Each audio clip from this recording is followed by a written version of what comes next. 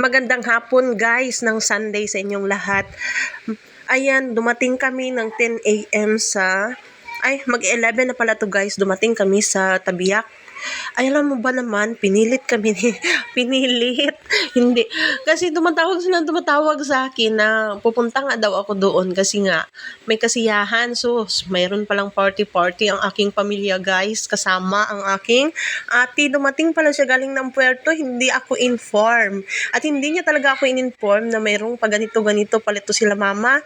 So, yun guys, nangyaya. Tumawag sa akin si mama na meron daw ligo-ligo dahil nagluto daw sila ng mga pagkain. Wow. Sana all. Daw bata lang yung ginalutoan, no?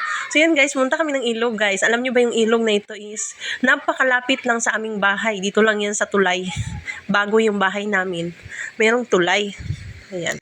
Bali, dito din kasi yung farm ng kapatid ko sa may tulay na ito. So, dito rin kami naligo, hindi pala ako naligo, guys, yung mga kasama ko, guys, saka yung mga bata. So, dito kami buong pamilya, pati yung mga auntie ko, yung uncle ko, tapos yung mga tao dito, mga pitbahay namin, nandito, guys, grabe, kasaya. Punong-puno ang ilog ba sa pamilya namin, no, yan. May dala-dala kami. Marami kami dalang pagkain, guys, kasi maraming niluto si mama. Kaya pala kami inimbita kasi nga, para maraming kakain, siyempre, kaya marami siyang niluto, guys, no. Ayan, no, ang aking kapatid, yung asawa ng kuya ko, pati yung kuya ko. Yan, di ba? Saya talaga. O, yung auntie ko, patingin-tingin pa sa akin. So, yun, guys. Habang ito, nabibidyo-bidyo nga ako, sabi ko, para magkaroon kami ng memories na magkakasama kami ng pamilya, nagbabanding kami, habang bata pa kami, magbanding na kami itong magkakapatid, kaya baka pagdating ng araw, mag-away na kami, magagawa na kami sa lupa. Ay, wala pala kaming lupang pag-aagawan. Kasi ang sabi ni mama, magbili kami ng sarili naming lupa. Hindi, meron naman kami na binigay ng mga sariling farm. So yun ang minamanage namin ngayon guys. Alam nyo ba guys, ang sarap maligo dito sa ilog na ito. Bata pa lang ako, so mga 19 something o ganyan, 1998 ganyan, or hindi ko na matandaan, basta bata pa ako ng time ng mga 6 na taon is dito na ako naliligo. Hanggang ngayon ang ganda pa rin ng ilog na to guys, talagang buhay na buhay siya, ang sarap maligo dito.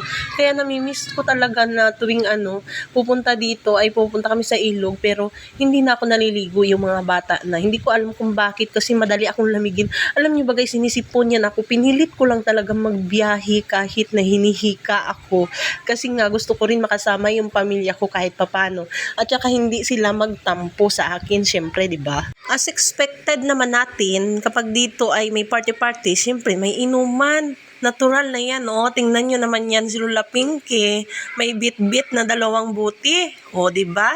Tingnan mo yan, oh. May pasalubong na kaagad siya na 2 buti. 2 buti talagang binitbit niya, Tapos pagkatapos niya magbitbit ng buti, ayan na, nagparty, nagda-dance na siya. Siya pa ang leader, matindi. Aba, matindi talaga tong lola mo. O, sabayan pa ng tatay. O, yan, tingnan mo aking mga anak, o. Pati ang aking pamangkin, nandyan, nagkaragulo na sila, nagdance na sila. Kasi nga, may tugtog. So, napakalakas ng tugtog yan, eh. Nagdala ba naman ng malaking speaker sa ilog, o, diba? Gising talaga pati ang mga engkanto sa lakas ng tugtog. Alam nyo guys, ang sarap magtampisaw dito sa tubig na ito. Napakalamig siya guys, at saka ang linis ng tubig, talagang malinaw talagang tubig nito, kasi galing to siya doon sa Basakan. Hindi doon sa malaking ilog pala, kala ko sa Basakan. So yan guys, tingnan nyo naman yan, talagang enjoy ang mga bata dyan. Kahit nga naman ako na-enjoy dyan, maglapak-lapak lang, kasi nga hindi na ako nag-enjoy na maligo, kasi nga hindi ko alam, nanglalamig ako guys. So tingnan nyo ito, yung papa ko ay mayroong itinabing marang para kay Sia, kasi alam niya si Sia ay mahilig sa marang, yung kanyang apo. So yun, pagdating pa lang kaagad, ito yung nilantakan ng batang ito, talagang enjoy na enjoy siya sa marang. Hindi ko alam kung bakit niya paborito ang marang. Okay, dumating na rin yung kanyang ate Celine, bumakbak din kain ng marang. Sabi ko nga bakbakan si Papa, tinuturo niya nga yung mga buto, kasi nga daw nahulog nga daw yan, kaya nag-brown yung buto. Pero okay pa naman yung lasa.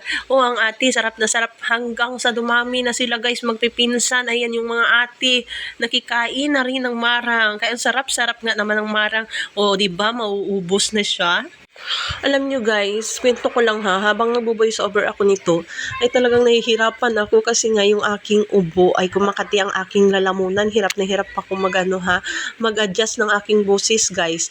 Ayan, pero dahil nga gusto kong i-voice over at na mai-upload ko to siya sa aking YouTube. So papalo nga pala sa aking YouTube ha, ibibigay ko lang yung link no, para kayo sa akin doon, makapag-subscribe naman kayo sa akin guys. So yun, nag-ihaw-ihaw ang kapatid ko guys. Pangpulutan sana. So, ayan. Ay, hala ka, ang ganda ng tubig guys. Oo nga pala. Sabihin ko sa inyo, tingnan nyo oh. At pinaglaruan ko yung cellphone ko dito. Chinek ko nga kung ito ba talaga ay waterproof. So, waterproof naman talaga siya. So, yun lang ang aking experience nung araw na ito. Talagang puro ligo-ligo lang. At kahit masama ang pakiramdam, ay pumilit na magbiyahe. At least, nakasama ko naman yung pamilya ko. At nakapag-banding naman kami. Yan, 'di ba? Masaya kaming umuwi. At ay hindi nga pala kami masaya. Nung gabi kasi ay nagdrama. Alam mo ba si Kevin ay nagdrama? Pero hindi ko na ikikwento kasi nga syempre akin na lang 'yun. Ang mahalaga sa akin ay nag-enjoy kami. Yan lang po.